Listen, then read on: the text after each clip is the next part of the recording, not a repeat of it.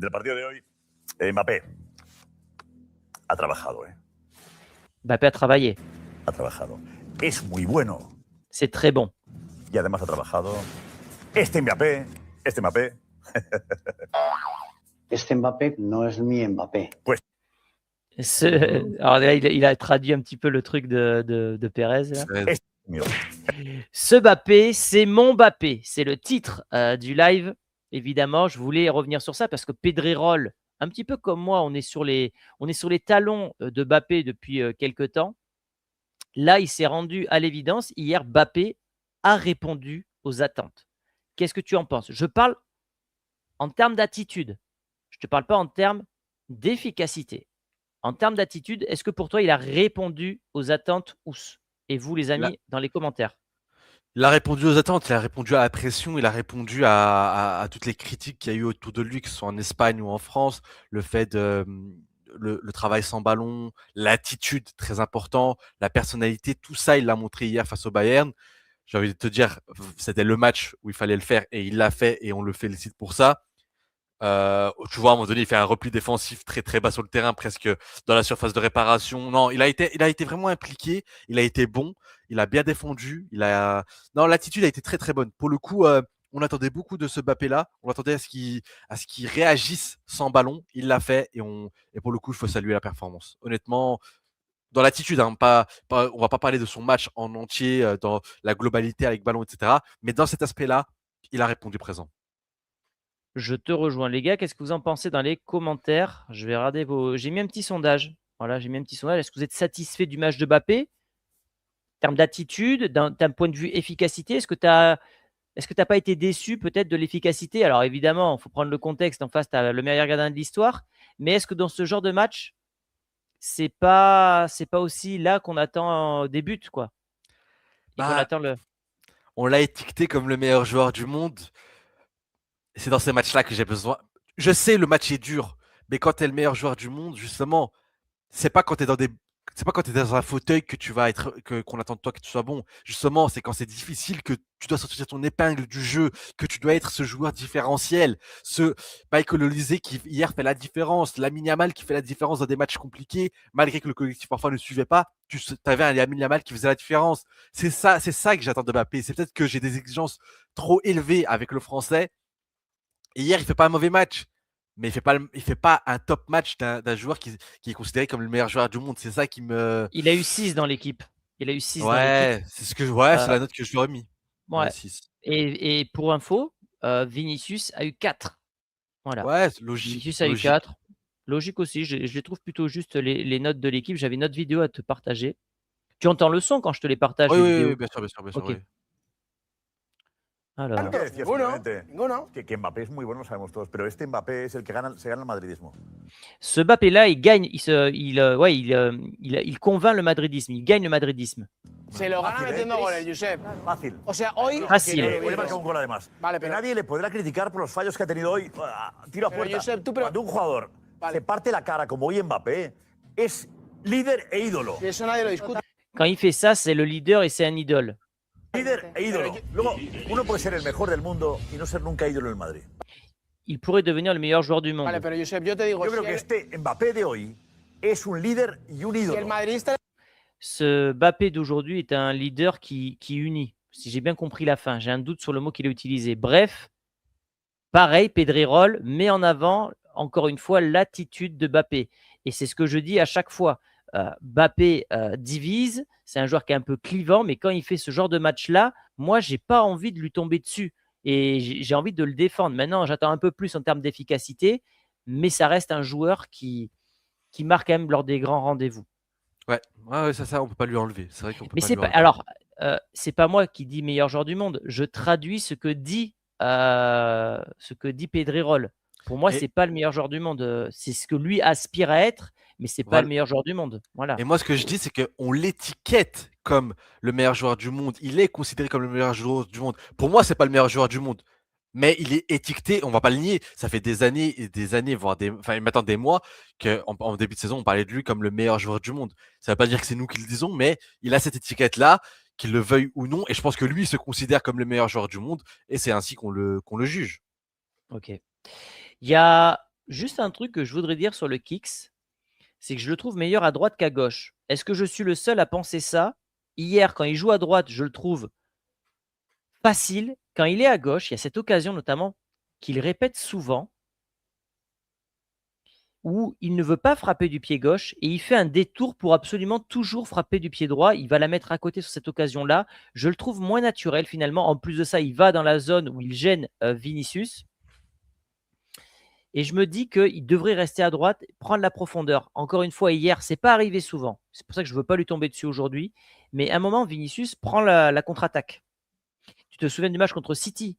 Ouais. Le but de Valverde, le deuxième. Valverde, Ouais. qu'est-ce qu'il fait? Il prend la profondeur. Ouais. Vinicius lui donne et Valverde frappe du pied gauche. Hier, si tu remarques, lors des contre-attaques, Mbappé ralentit pour que Vinicius lui redonne en retrait. Ce qui fait que le bloc du Bayern revient. Oui, et du coup, ouais. Et tu perds ton avantage de la contre-attaque. C'est ça, en fait, le gros défaut de Mbappé aujourd'hui. Il ne peut pas s'en empêcher. Et je trouve qu'il serait encore meilleur à ne prendre que la profondeur dans ce genre de match. Mais tu sais, tu vois, c'est drôle que tu dis ça parce que moi, c'est mon combat depuis maintenant un an et demi. Mbappé sur le côté droit au Real Madrid, c'est là où il me semble qu'il a provoqué le plus de pénalty, où il a été le plus dangereux, il a été le plus efficace avec ballon. C'est-à-dire que aujourd'hui, on dit à Mbappé qu'on veut qu'il prenne la profondeur, mais avec ballon, je l'ai trouvé bien meilleur sur le côté droit, où il a un côté plus imprévisible. Pourquoi? Parce qu'il est capable de rentrer à l'intérieur, frapper, et il est capable de prendre la largeur sur le côté droit, vraiment côté extérieur pour éliminer. Il l'a fait hier à un moment donné où il prend le ballon à droite et il va dribbler et il rentre dans la surface pour donner un ballon. Ce Mbappé-là sur le côté droit, moi je suis sûr et certain qu'il y a un truc à gratter. Alors je dis pas qu'il doit coller la ligne, mais dans le demi-espace droit, il y a vraiment un truc à faire avec Kylian Mbappé parce que il est bon pour faire des frappes croisées, il est bon pour...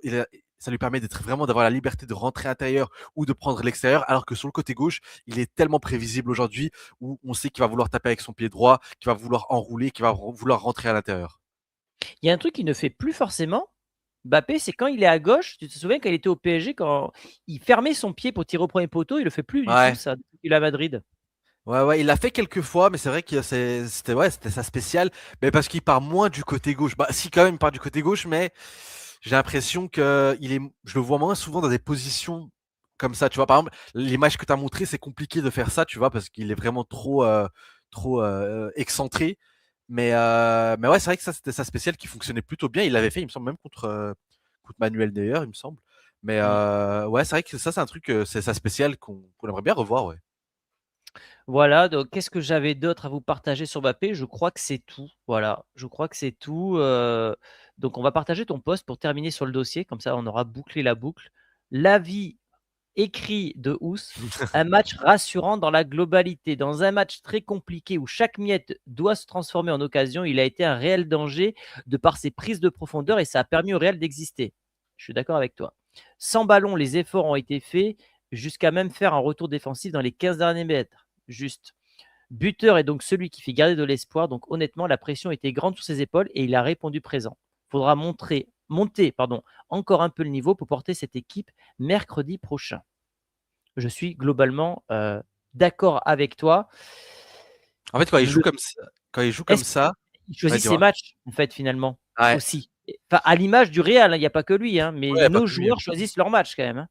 Oui, parce que quand tu perds ce week-end face à Mallorca et qu'aujourd'hui, tu fais un match de la sorte, tu te poses des questions. Mais ouais. Mais Mbappé, hier, en fait, je crois qu'il se rend pas compte à quel point, quand il prend la profondeur, il débloque ce Real Madrid. Parce qu'en fait, s'il y a personne qui fait de l'animation, qui essaie de prendre les espaces, qui va attaquer les espaces, prendre la profondeur, des joueurs comme Arda Güler sont annihilés. Parce qu'Arda Güler a besoin que ça bouge devant pour pouvoir donner des bons ballons et faire bouger le bloc bavarois. Donc c'est pour ça qu'hier, quand il a fait les appels, etc., ça a aussi aidé, même si parfois il touchait pas le ballon, le fait de bouger le bloc, ça a permis d'aider quand même.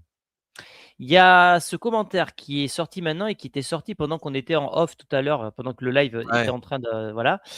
Vous demandez à un joueur de défendre sur tout le terrain et en même temps d'être lucide devant le but. Vous voulez tuer le joueur, c'est tout. C'est vrai qu'il y a un paradoxe. C'est qu'on demande aux joueurs de défendre, mais après, du coup, ils perdent en lucidité.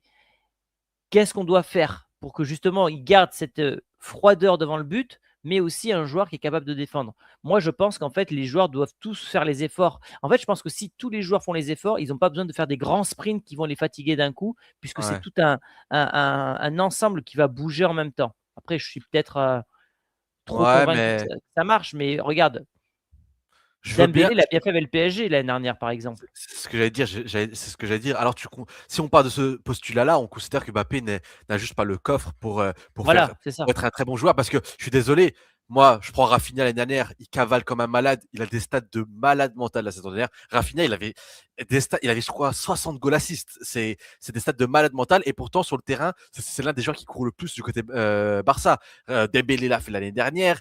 Olise le fait. Kvara le faisait. Donc, je vois pas. Oui, il perd peut-être en lucidité, mais à un moment donné, il faut travailler un peu plus. Il faut avoir le coffre. À un moment donné, si tu Et n'as pas le les joueurs du coffre. Bayern, ils le font. Hein. On lui demande de presser sur le porteur du ballon, on ne lui demande pas la lune. Exactement. Mais oui, j'ai l'impression que c'est soit on demande à Mbappé de faire un peu de pressing et les gens te répondront bah, d'accord, bah alors il marquera plus. Mais c'est-à-dire que c'est pas le niveau, c'est pas le joueur qu'il pense être alors. Exactement. Et enfin, dernier point avant de passer aux autres joueurs, parce qu'il y a d'autres trucs à évoquer dans ce live. Cette déclaration de Thierry Henry qui salue l'appel et le tap-in mis par Mbappé. C'est pas souvent des buts qu'on voit pour Mbappé, finalement. Ouais. L'appel au second poteau, comme il a fait sur le centre d'Arnold, d'habitude, il reste toujours en retrait. Pour le coup, je trouve que son appel a été très intelligent dans le dos du défenseur, au deuxième poteau. Et je trouve que c'est pareil, quelque chose qui peut développer ses déplacements de manière générale dans la surface. Je ne suis pas très fan, mais sur le but d'hier, je trouve que c'est un déplacement qui est très intelligent. Et c'est un axe de progression pour Mbappé, pour le coup. Ouais. Bah, quand c'est ton numéro 9, forcément, tu as besoin qu'il marque des tapines.